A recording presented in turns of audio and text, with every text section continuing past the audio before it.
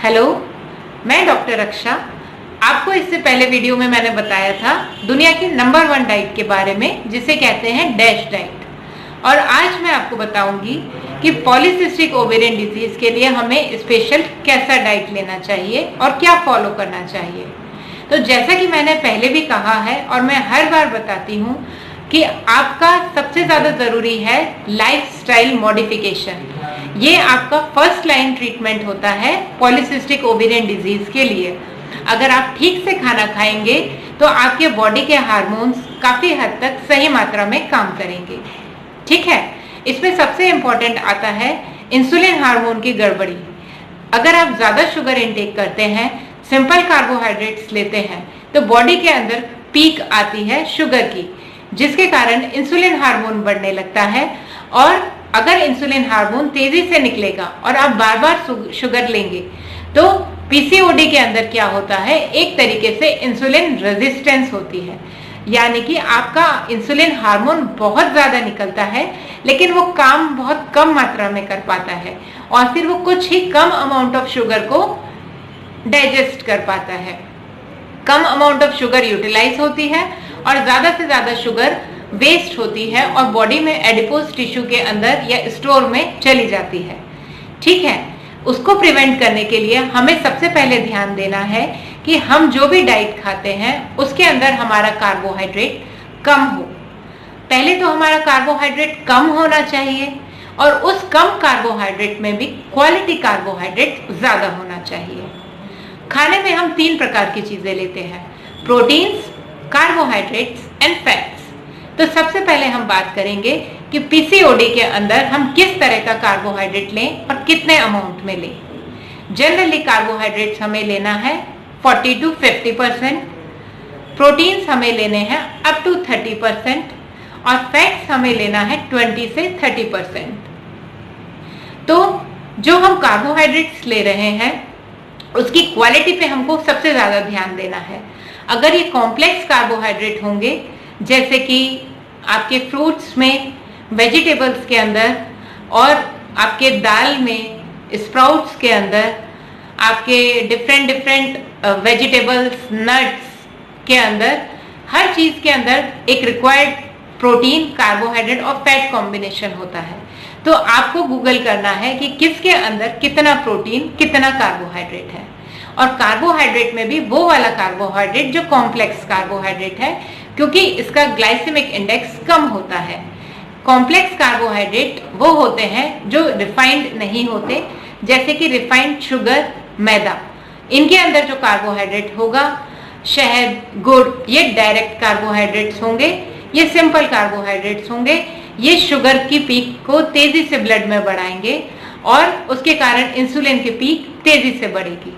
जब आप complex carbohydrate लोगे तो वो कॉम्प्लेक्स होने के कारण बॉडी में छोटी छोटी मात्राओं में पहले जाके टूटेगा, उसमें से धीरे धीरे कार्बोहाइड्रेट बॉडी में रिलीज होगा, तो इंसुलिन का पीक धीरे धीरे बढ़ेगा और जितना भी बढ़ेगा वो अपना काम धीरे धीरे करता रहेगा। ठीक है, इसको हम ऐसे भी समझ सकते हैं कि जैसे आपके घर में कोई मेहमान आता है, वो कभी कभी आएगा तो फिर आप उसकी आवभगत बहुत अच्छे से करोगे, उसको चाय पानी पूछोगे, उसको खूब सारा नाश्ता भी कराओगे। लेकिन अगर वो रोज आके बैठ जाए और घंटों बैठा रहे तो फिर आप उसको पानी पूछना भी धीरे धीरे कम कर देते हो, है ना। सेम चीज हमारी बॉडी इंसुलिन के साथ में करती है। जब हमारा इंसुलिन बहुत ज्यादा अमाउंट में सीक्रेट होता है सिंपल कार्बोहाइड्रेट खाने से या फिर बहुत ज्यादा खाना खाने से, जब बहुत ज्यादा शुगर ब्लड में बढ़ जाती है तो इंसुलिन भी बहुत ज्यादा बढ़ जाता है। वो लंबे समय तक बॉडी में रहता है और जल्दी जल्दी बढ़ जाता है, तो बॉडी उसकी वैल्यू नहीं करती, उसकी क्वालिटी खराब होने लगती है और वो यूज में नहीं आता।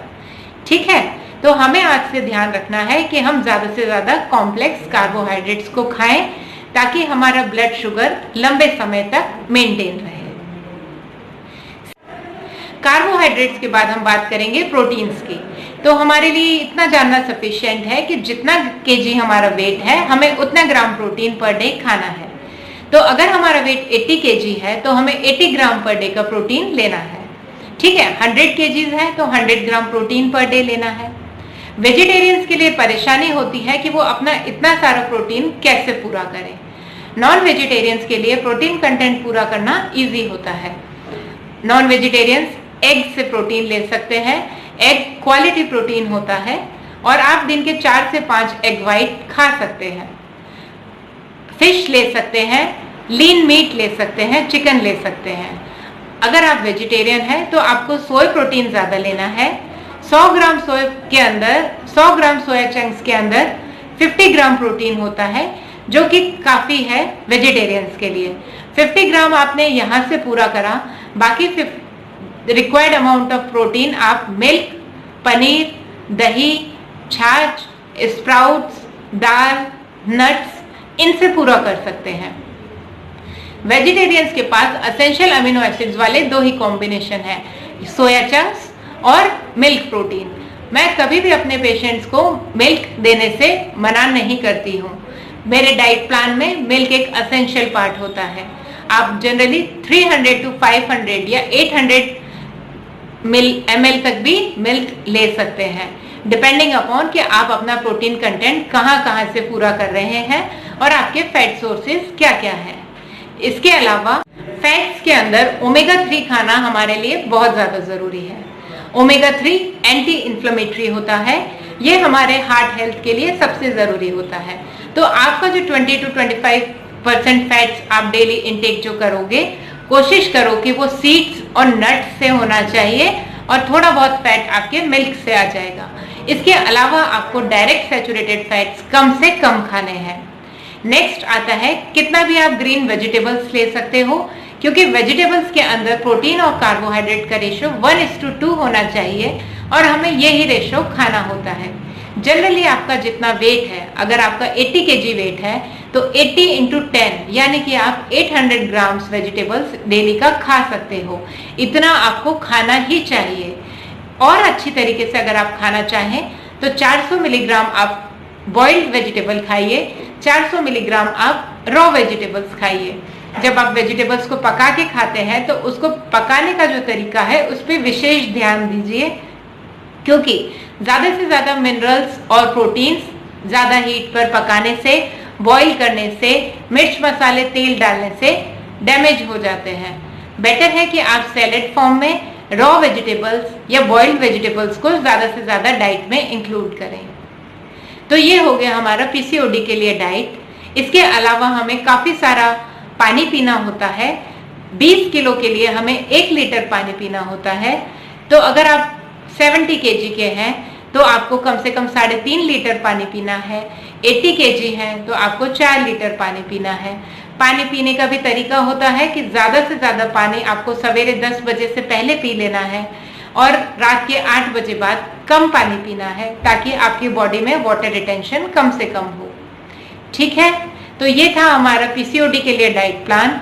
अगर आप और ज्यादा डीप में जाना चाहते हैं तो एक अलग से वीडियो मैं बनाऊंगी, जिसके अंदर मैं आपको सिर्फ क्या क्या खाना है, कैसे खाना है, कितने अमाउंट में खाना है, वो डाइट अलग से बता दूंगी।